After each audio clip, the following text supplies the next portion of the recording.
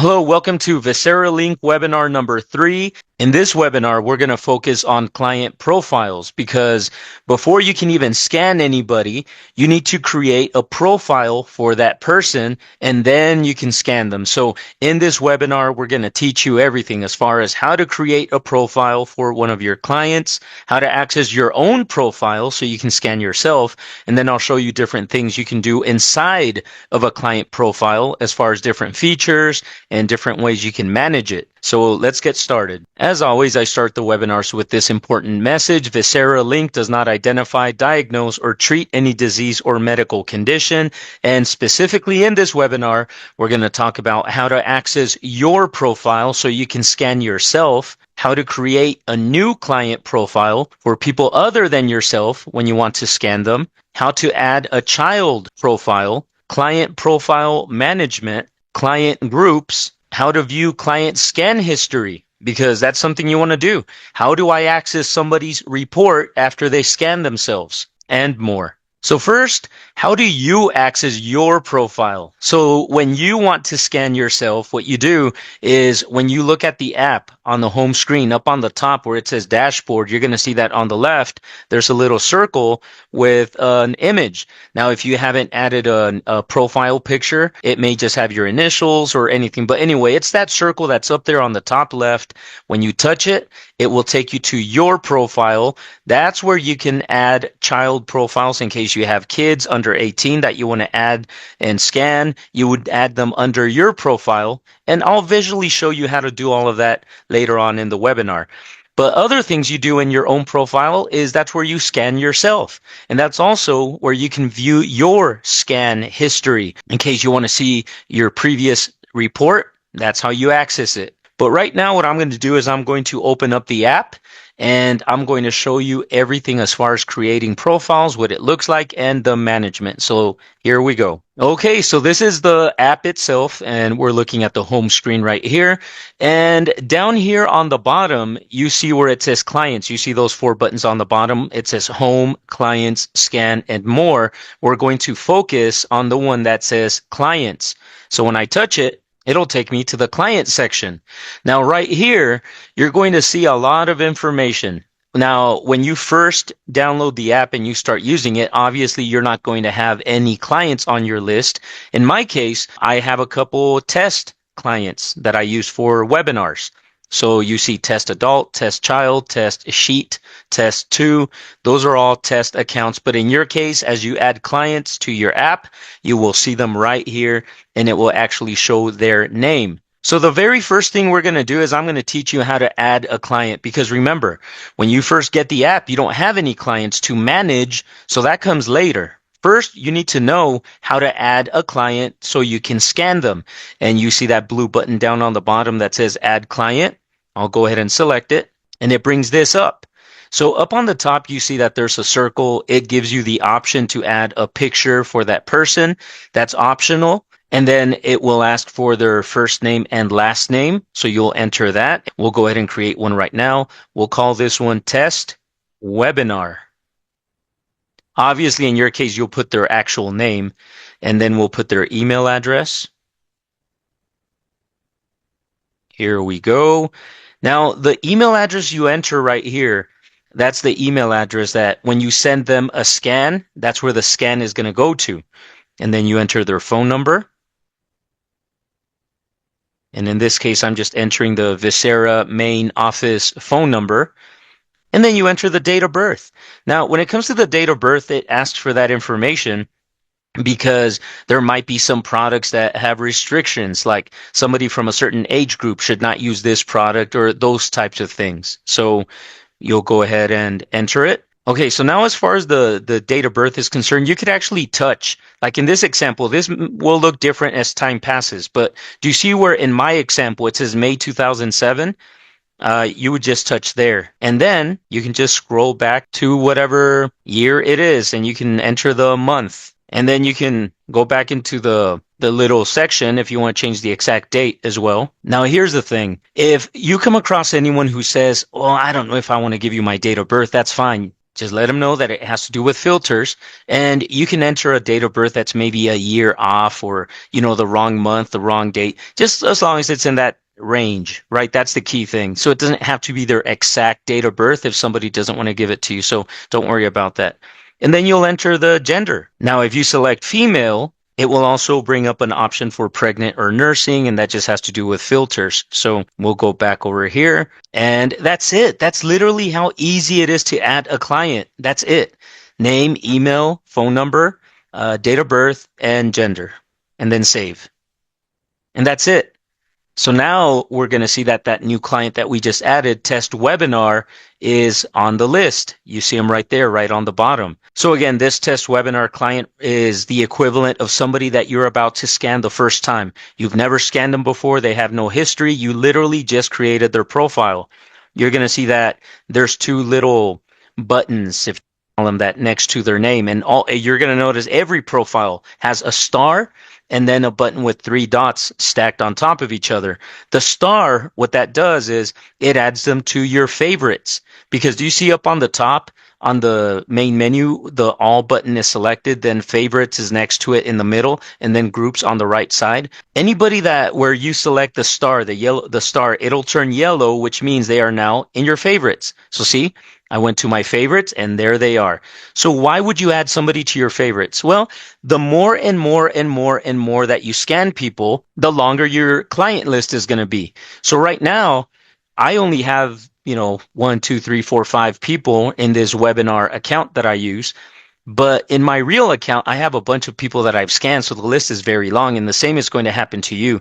You're going to have a lot of people that you scan, but you have your favorites, the people you scan the most. And that could be family members, for example, or other people that you scan. But if you want to access their profile faster, just touch the star next to their profile, and then when you go to favorites, they will be there. And to remove somebody from favorites, you can literally just touch the star again and see, I took them all out and says, hey, there's nothing here. So that's what the star does. Now you're going to notice that there's a button with the three dots stacked on top of each other. When you select it, it's going to give you the option to scan the user, edit the user, meaning edit their profile, like if they have a new email address or, something like that, or archive user. So we're not going to go into the scan user because there's a different webinar that's going to talk about how to run a scan on somebody. But just know right now that's one way you can access that. The edit user will touch. And as you can see, it just took us right back to where we created the profile in case we need to change something. If you change something, hit save. If you don't, you can just touch the X. That's fine. Going back to the three dot button, archive user in red. What Archive User does is the app does not allow you to fully delete somebody, but if you archive somebody, it's hiding them. It's removing them from your client list. Why would you archive someone? Well, maybe it's someone that you no longer scan and someone you no longer keep in contact with. So you don't want them taking up room in your client list. You want your client list clean with only people that you're actually working with so it doesn't get bloated. So if you ever come across someone that you scanned maybe 6 months ago, but you haven't even talked to them since and you kind of lost touch, you can archive them. I'm going to archive one of them right now. We'll archive the one that says test sheet, which I was using for a spreadsheet. So we'll do that one. And I'll do archive user. And there you go. So it hid them. Now what happens if this person comes in contact with me again out of the blue and they're back? Well, it's simple. You just go to the groups button up on the top and there you go. There's a group called archived. All you do is select it, touch the person's profile, and then you'll see a button that will let you unarchive them and they'll start showing up on the list again. So now let's talk about creating a child profile, because you can only create a main profile for someone that's 18 years old or older. So if you want to scan a child, whether it's your own child, or maybe you have a client that you created a profile for and they're like, oh, will you scan my children? Yes, I can. But remember this, to create a child profile, you will not do the add client button like you do for an adult. You will actually go inside the profile for the parent or guardian of the child. So in this case, so let's look at the one I just created, test webinar, the one that's down on the bottom. So let's say that they want me to scan their child. So what I'll do is I'll touch the actual profile. So I'm actually going to touch where their name is. So I'm not touching the star. I'm not touching the three dots that are stacked. I'm touching closer to the left side where it has their name, where it says test webinar. And what that does is it opens up the actual profile up on the top. If you added a picture for them, you'll see it right there. You'll also see that there's a star where their picture is, so you can add them to favorites or remove them from favorites. You're going to notice that it has their name, their email address, their phone number, and then a start scan button, which again, we're not going to get into it because there's a webinar that goes into how to run a scan, but just know that button is there. That's another way you can scan somebody. Go into their profile and touch that button. But anyway, you'll see their date of birth, their gender, and then it says scan planning. So this first option that you're going to see, and we'll get to the children, which is right below it in just a second. But the one that says scan planning, that one is where you can schedule a recurring scan. So for example, this will come in handy if you have family members that you know you want them to scan every 30 days, for example. So you schedule a recurring scan for that person. So you don't have to manually send them a scan every 30 days. You just set it up right here. So let's go ahead and show you how to schedule a recurring scan. So I'll touch the button, schedule a recurring scan. Okay, so let's say that you agree that, and I'm just going to pick a random date, that they're going to get scanned every 23rd of the month for whatever reason. That's the date you guys agreed. And again, you decide that with them. But let's say that you agree on the 23rd of the month. What you do is you select the date, and again, you can go forward. So you just choose the date of the first scan. That's what we're doing right here. So we choose the date of the first scan. We click continue, and then it's going to ask me, okay, for this person with these recurring scans, do you want it to just be the regular default scans preferences? And those were, and we went over that in the previous webinar. So if you haven't watched that, make sure you do that, because the default scan preferences will be an option right here. Or you can do a custom where you will select very specific options for that person that's different than your default preferences. So in this case, we'll just do default, we'll save, and that's it. So there you go. Next scheduled scan, May 23rd, 2025, and it's going to send a scan every 23rd of the month. And as you can see, now it gives me the option to edit right here. So I can edit the date, or now there's an option down on the bottom, as you can see, that says delete. So if you want to cancel these, then you would just delete. Okay, now we're going to talk about how to scan children. Not necessarily how to run the scan, but how to add a child profile. So again, let me reemphasize. If you want to scan somebody under 18, that is fine, but you cannot create a profile the same way you create an adult profile. If you want to scan a child, the first thing you have to do is you need to create a profile for the parent or guardian first. And then inside of the profile for the parent or guardian, and this is the parent or guardian profile, this test webinar profile, you go in and you're going to see an option that says children. And then you just touch add child. And that's going to let you add the child. I'm just going to call it test webinar on the first name, and then child as the last name. And then same thing, you do the date of birth. So we'll go ahead and just pick a random date of birth again. And then gender, we chose female on this one, and then save. And there you go. A child profile has been added. And now when I go into this profile for this adult, there's one child under them. So again, when we go over how to run a scan, we'll go over how to actually run the scan. But right now you know how to create a profile for an adult, and now you know how to create a profile for a child. And you can add more children if necessary. And then scan history. This is somebody I've never scanned before, so there's no reports. So, but this is where you'd see their scan history. And then note, these are notes that are meant for you only. Your client cannot see these notes. Basically, if they say something that you feel you want to remember, then you'll enter it right here. Client said this, and then whatever. So it's something you want to remember about them. And you just enter it right there, and then hit save. And there you go. And you can edit it, you can delete it. And on the very bottom, you're going to see the archive client button, which allows you to hide this client completely. Now, up on the top on the client profile, you're going to see that same button we saw on the client menu with the three white dots that are stacked on top of each other. See it up on the top right? If I touch it, it's the same things where I can edit the profile, add them to favorites or archive. So it's just a different place where you can do the same thing. Let's go ahead and touch the back button. It's that white arrow on the top left, and now we're back. So see, that's how easy it is. Add client, you create a new client. You want to manage the client profile, just go inside of it. We're going to go into a different client profile that I have a bunch of test scans so you can see what the scan history looks like. It's the one on the top, the one that says test adult.